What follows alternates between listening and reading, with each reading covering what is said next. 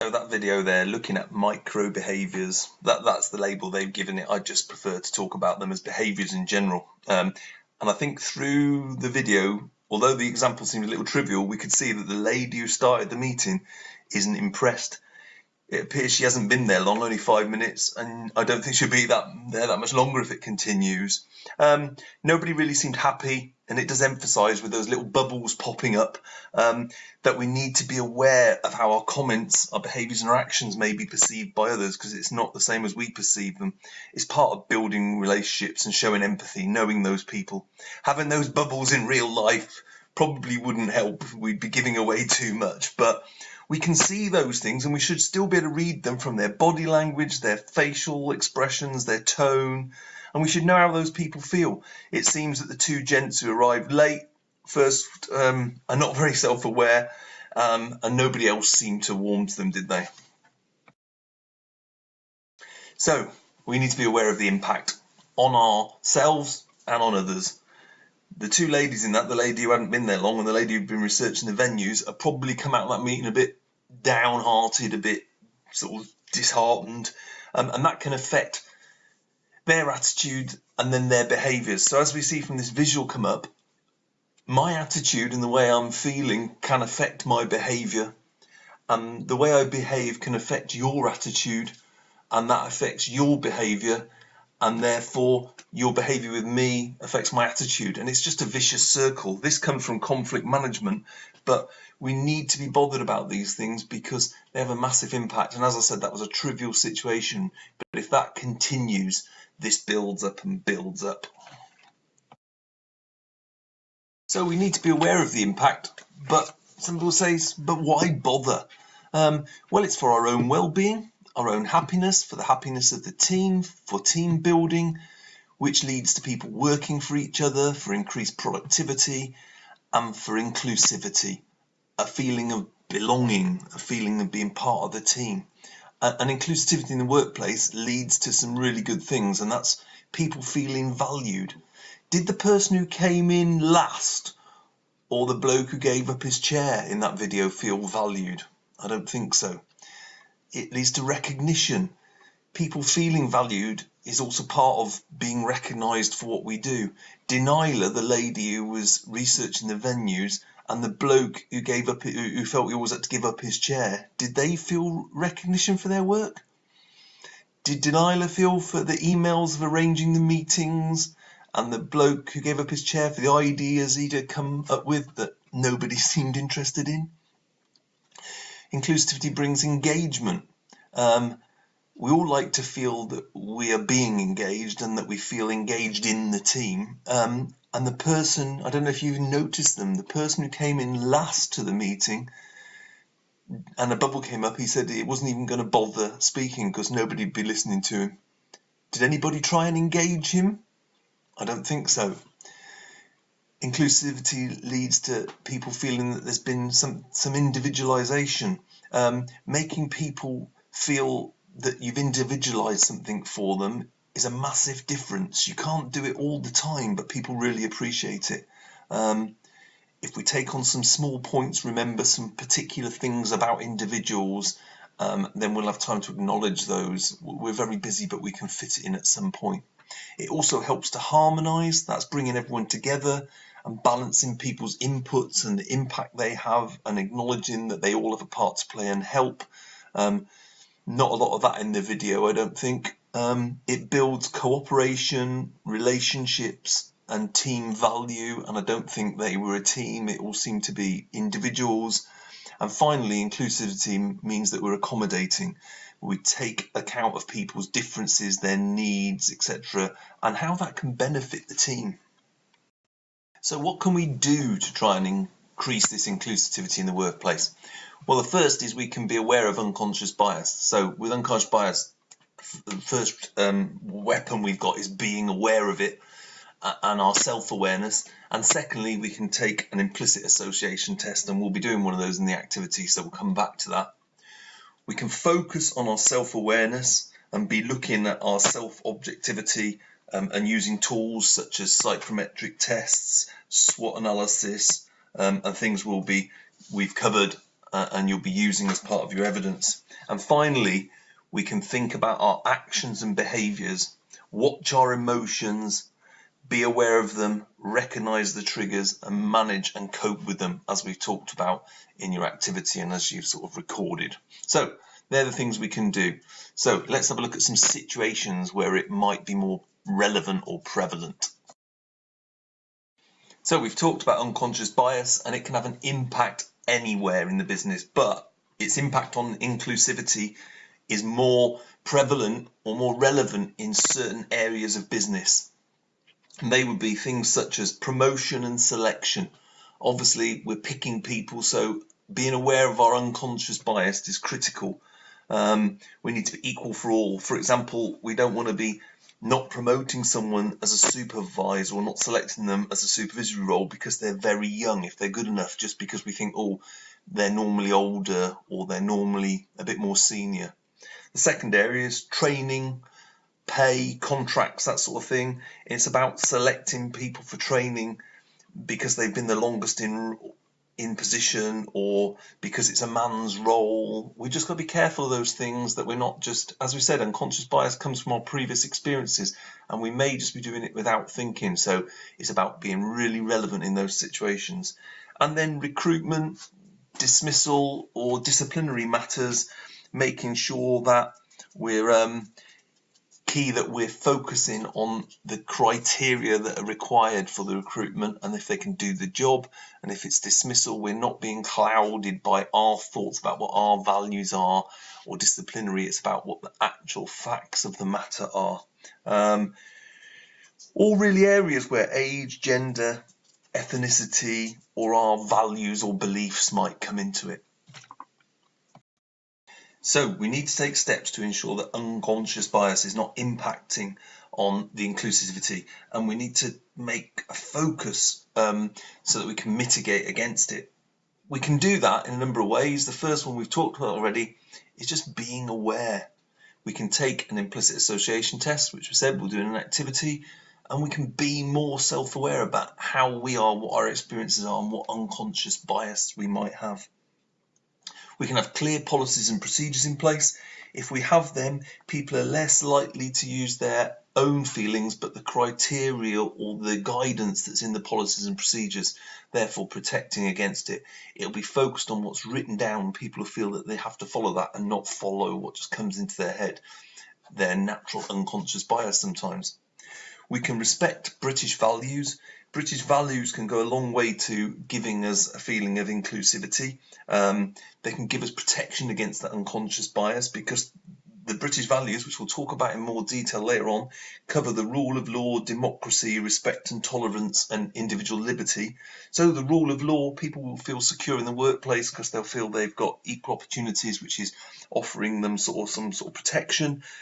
That for democracy, they'll feel they've got some freedom and that they've got a voice that they can use. So therefore, if they feel there's an unconscious bias, they can speak up against it. There'll be respect and tolerance. So we'll be valuing others' beliefs, values and ideas. And if we're doing that, we're less likely to be using unconscious bias. And then there's individual liberty, protection of people's rights to be what they want to be. So therefore, again, protecting against unconscious bias. And finally on there, which seems simple when you look at the three sort of listed more prevalent areas, there is about using joint decisions or all-round feedback, particularly in things like selection, promotion. If you've got more than one person involved in the decision, there's less likely an impact of unconscious bias, the fact that everyone's going to have the same unconscious bias. But that, together with clear policies and procedures and respecting British values, should help to mitigate against that unconscious bias.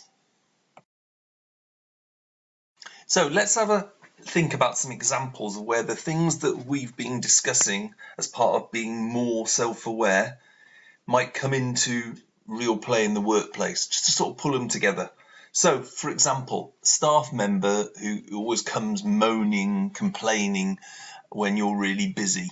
They're probably going to expect you to brush them off or not really listen, ignore them, for example, and then tell them to get back to work If you instead agree or arrange time to sit down, you can explain that you're busy and say that you'd like to sit down and discuss their concerns properly. We'll book a mutually convenient time. And then also perhaps set them a task of planning or researching some options to come up and solve the issues that they're about to bring up. This is going to make them feel that you're taking them seriously, that you're listening to them. And if they do come up with some good ideas, then you can either use those to solve the issues, or if they're not good, you'll have grounds to say that these things can't be done and that they're unfeasible. But also, it gets them out of your hair for that initial busy period. Or think of a situation where we're talking now about those triggers, someone that maybe argues with you, or someone that always makes you feel angry, and we've identified some of your triggers already. They're probably going to expect you to get annoyed with them, so they're ready to escalate the situation. And we've looked at Batari's box, where my attitude affects my behaviour, affects your attitude, your behaviour. And if you're already thinking, oh my God, that attitude is going to affect your behaviour. So try and think about it, manage your emotions, and don't get angry. This will probably disarm them, actually, because they're expecting it already and you're changing things. Remember, people don't do things without a reason. I really believe that. So even if the reason doesn't fit in with your values or your beliefs, they've got a reason, and that's why they get angry, even if that reason is just to try and anger you. So make sure you're aware of that trigger, treat it differently, think about how you're impacting on that situation rather than just thinking about your emotions and your triggers. Think about what your role is in making that trigger happen. And finally, maybe you've got a staff member whose role or the tasks they do you feel are very trivial, and possibly they seem to make them out to be more important than they really are. Take that advantage of that micro behaviors video watch, the email that the lady sends out to invite people to the meeting. The lady who was running the meeting sort of made it very clear that she thought it was a trivial matter and she couldn't be bothered. I think she thought, oh, another one of your emails that I can't be bothered to read.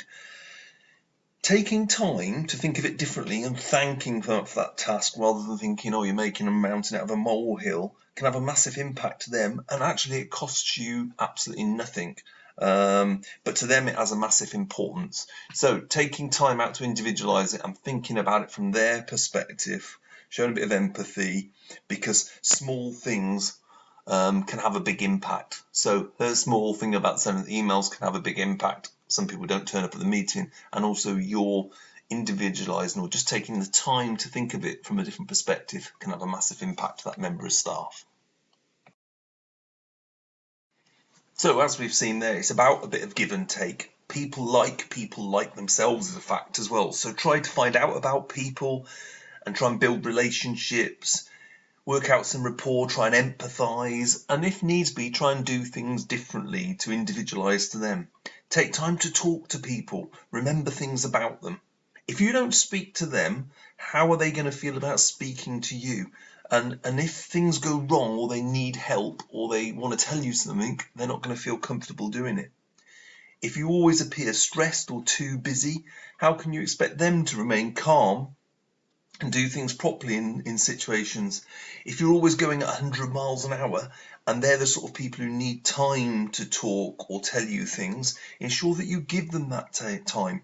Maybe they can't do two things at once, or maybe they can't work at 100 miles an hour like you can, or like you think you can. Think back to the wheel of life that you did. People work for different reasons. People have different goals. They may have different impacts on their life. They may not think about their career in the same way you do. It might just be about providing for their family or coping day to day. They may feel that they don't have a career, that it's just a job. So empathise, put yourself in their situation and try to think about how you come across to them, because doing this can have massive, massive benefits. It's not easy.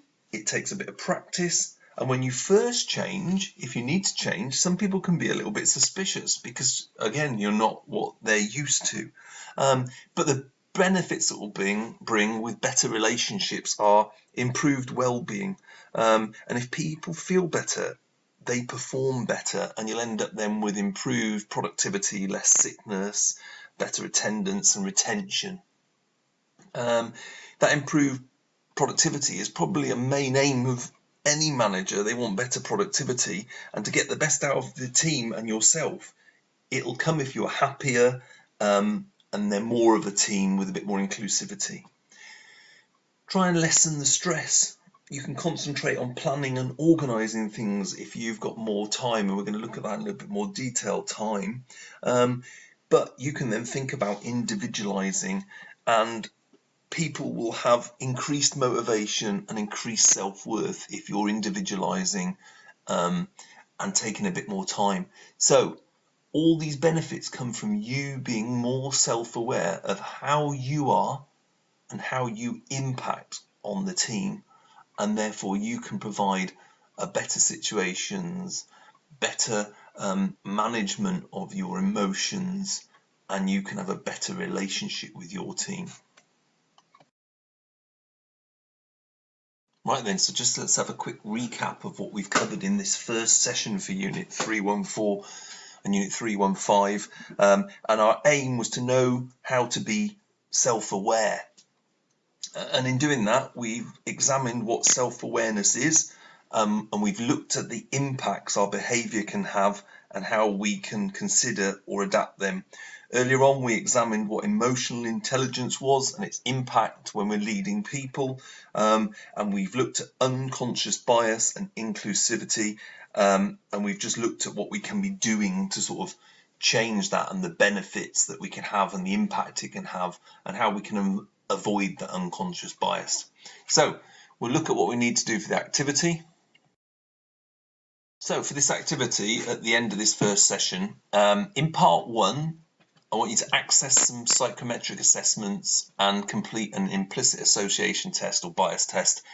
There's some examples and some information in the resources. If you follow the link, there's at least one free psychometric personality type assessment that you can do online. In part 2, there's a Word document there, and I want you to use the information you've gathered from doing part 1, the psychometric assessments and the implicit association test, with the personal SWOT that you did as an activity, and identify behaviours that you might display that could be perceived positively or negatively. So start being self-aware, examining what you've recorded in there, and start thinking about how that might be perceived, the goods and the bads of your behaviours in the workplace. And then when you've completed that, in preparation for the next session where we're going to start looking at feedback, I want you to list the feedback opportunities that you have and what they may give you. So think about where you can get feedback from and what sort of information it might give you.